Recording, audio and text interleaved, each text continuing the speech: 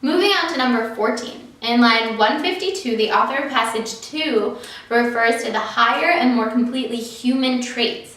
What is the difference between the way he and author of passage 1 perceive these traits? So, looking back at that line, we want to see what these traits actually are.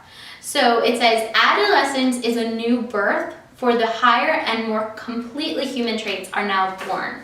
So he's saying that once you become an adolescent, that's when you really become an adult and gain the traits that bring you into adulthood. So A says, the author of passage 1 thinks that these traits vary from person to person, while the author of passage 2 thinks that all people are the same. Once again, we see the word all. Definitely isn't saying that everyone is the same, so A is out. B says, the author of passage 1 thinks that these traits are the marks of mindless automatons, while the author of passage 2 thinks that they're a sign of good breeding. Both of those sentiments are pretty random. It's not about breeding. He's talking about what you learn in school, so B is out. C then says, the author of passage 1 thinks that there are no higher traits, while the author of passage 2 thinks that without schooling, men would all live like savages.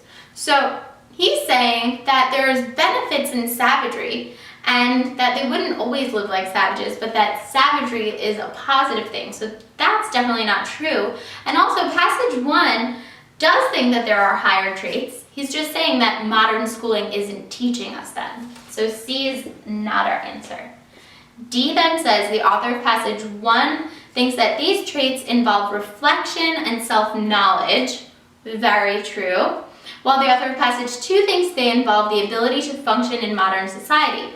Also true. He's saying that once you're an adult, you need certain basic traits to function amongst others in society. So we like D. And then E says both authors agree on their definition of these traits. So they do have nuanced differences. So the answer here is D.